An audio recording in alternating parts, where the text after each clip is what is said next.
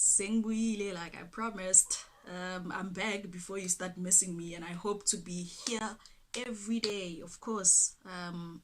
Yeah, I still say it's not a promise, but I'm holding myself to it. Thank you so much to everyone who watched my first episode. I think it was pretty cool. Thank you to everyone who gave feedback. I appreciate it so much, and I hope to hear more from you. Some of my friends, of course, have been waiting for this thing to happen. Finally, it's happening. So yeah, man, thank you for reaching out. Thank you to those who believe that this is actually a cool thing to do. Big shout out to those who appreciate it, and to everybody else who actually are supporting my thingy going forward. Today, I just want to talk about, of course, money. Take a moment and tell me, okay, not tell me, of course, I wish you could, but take a moment and just think about your favorite money movie or money series, whether they're making the money, whether they're inspiring you to run for your money, go get your money, chase the bag, whether they're stealing, whether they're hacking the bank, whether they're hacking the system in general, whether they're young, whether they're misusing their money, whether they're being defrauded or they were defrauding the bank.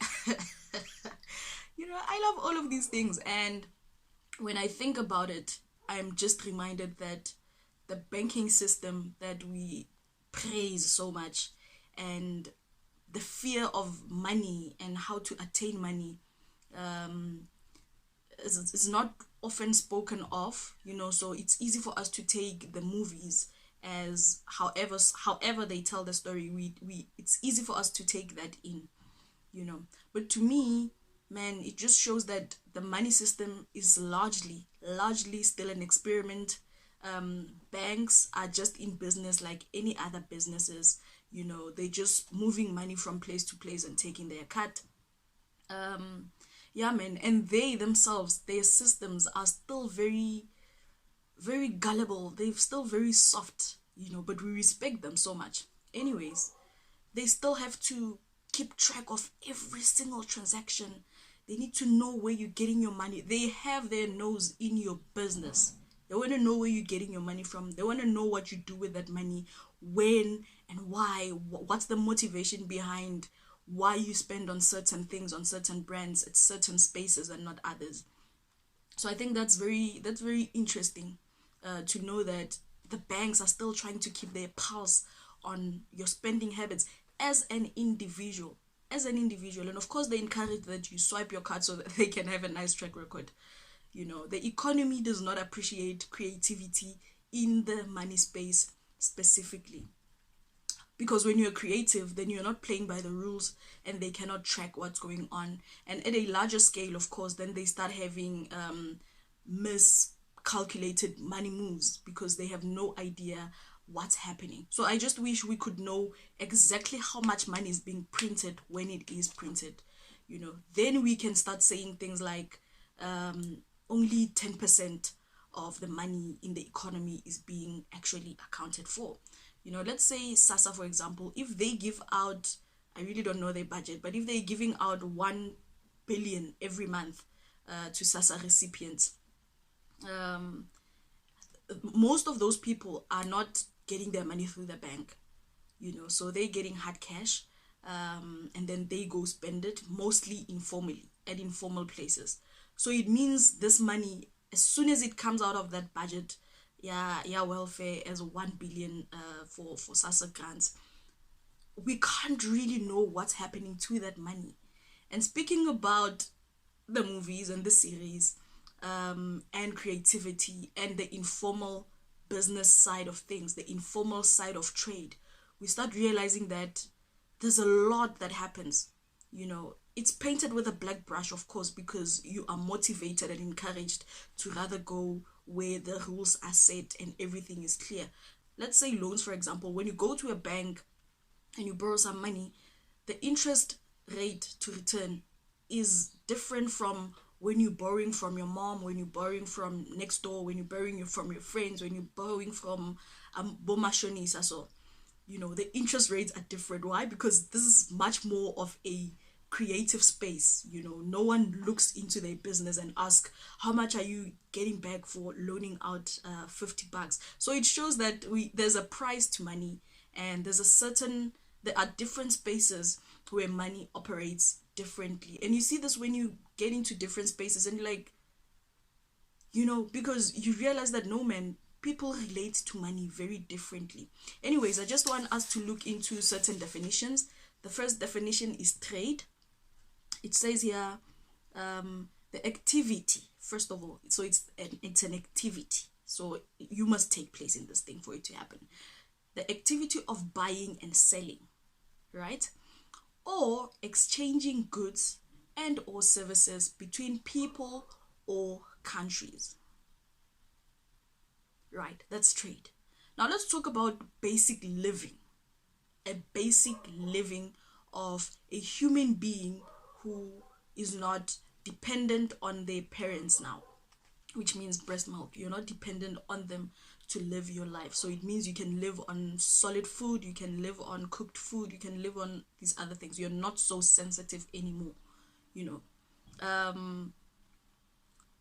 These young people, small people, little people, babies, they already trading something for something.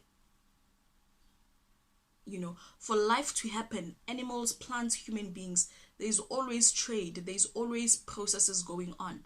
I take this, I process it, I give this out. I take this, it does this to my body, and with my ability, I then do that, and I get an exchange. So it's a continuous thing. I have a problem with language itself and how it is used, to condition the thinking of students.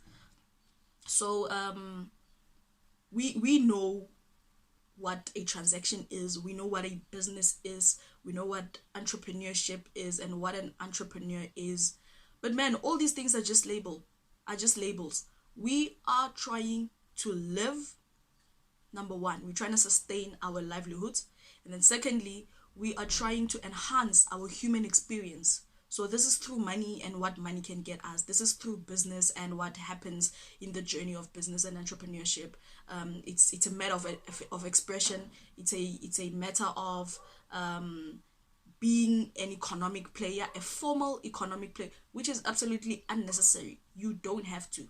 But look, like I said, the economy encourages us, including school, they encourage us to play in this structured environment where everything can be monitored. And there's nothing wrong with that. I mean, it's better to be accurate in the exercises and activities that we partake in.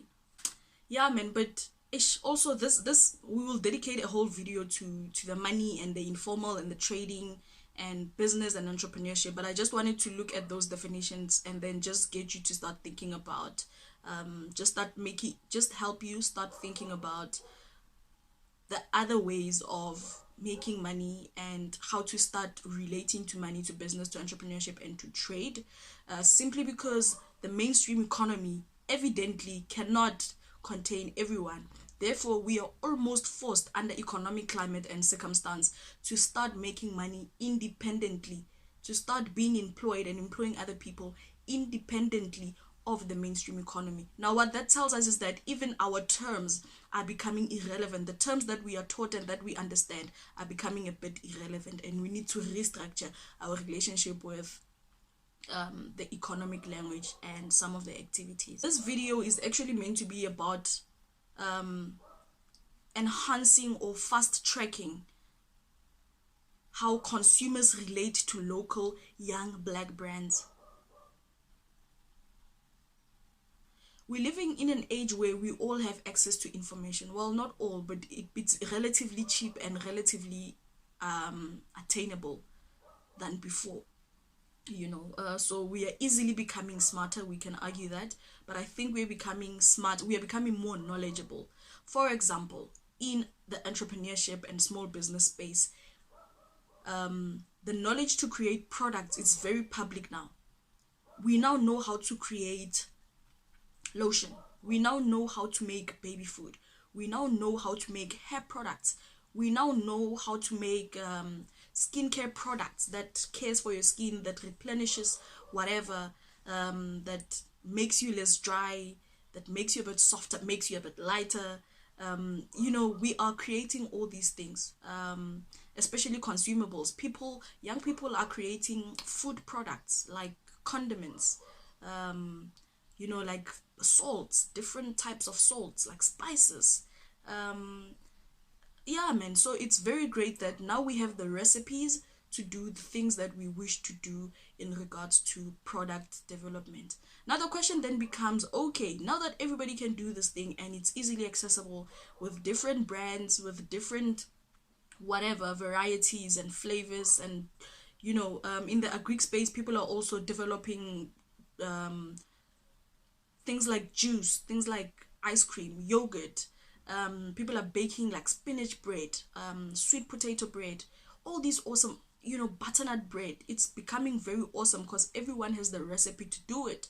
So in this time and age, all you want to know how to do perfectly is sort of follow instruction of how to create and develop something from those who have done it, of course, you know. So the next step becomes, how do we get people to know about this thing? Because like we established before, everyone is going to trade at some point, and everyone needs to exchange something for something just to keep themselves alive. And then of course, the next step is just to enhance how you experience human life. So my thing is, and my thoughts around it is that, and I have a TikTok video about it, about the idea of using marketing in transit. There are spaces like in New York where we have seen this, where brands are everywhere in your face. And then of course it happens in a lot of cities where all the brands are in your face, in big fonts, on big posters, on billboards where there's most traffic. At the peak of when people are watching TV the most, there are these specific ads, you know, that are meant to come onto our faces. And then of course we have our cell phones, and then everyone is just pumping ads there, and we see them. I wonder how many ads you see a day. I wonder how many hours of ads you take in per day, of course. But there's another creative space. So I would like us to become comfortable with being creative. Like I have mentioned, we need to be creative and independent in thought, because we are meant to make money, we are meant to trade, we are meant to have businesses and be entrepreneurs independently outside the mainstream, which is run on rules and understanding and agreements and all these things. Now we have the opportunity to express ourselves and express our ideas and express our genius, if you may, of how we can do things even much better. Who knows? This is like an opportunity, even though it's like unfortunate and not all of us wish to be under these circumstances. But I think it's a very great opportunity for us to actually exercise our ability to build families, communities, eventually nations, economies, etc. For us, by us. My video on my message on that video was just exploring what we can do with advertising in transit. So that's just using taxis. Why? Because taxis, we see so many taxis every day. There are so many taxis, there are so many taxi ranks, and there are so many pairs of eyes in those spaces. Who gets to see these bare taxis? They're just bare. So imagine a billboard that's empty. I mean, what a waste of a state, you know. So we need to look into that. I'll just post the link of that video so you check it out, because I need to keep my videos very short, just to consider my post-production thingy activities. I need to keep them very short, to keep them to make them crisp and sharp, you know, to the best capabilities of my phone, because I'm still using my phone for that. Anyways, so we are speaking about eyes. How many eyes gets to see that thing? Why? Because at the background it starts programming you, you know. So long term it's going to be very beautiful, and short term it could have immediate impact. So yeah, man, I think I'll continue this chat on another video. But for now, go check out that TikTok idea thingy, taxi thingy. I'm going to link it below. And then I think the main part of this conversation was to speak about how I'm going to explore the creative side of advertising using my platform. Cheers, guys. Thanks for checking this out once again, and I'll see you tomorrow. Let's have a continued conversation of this tomorrow.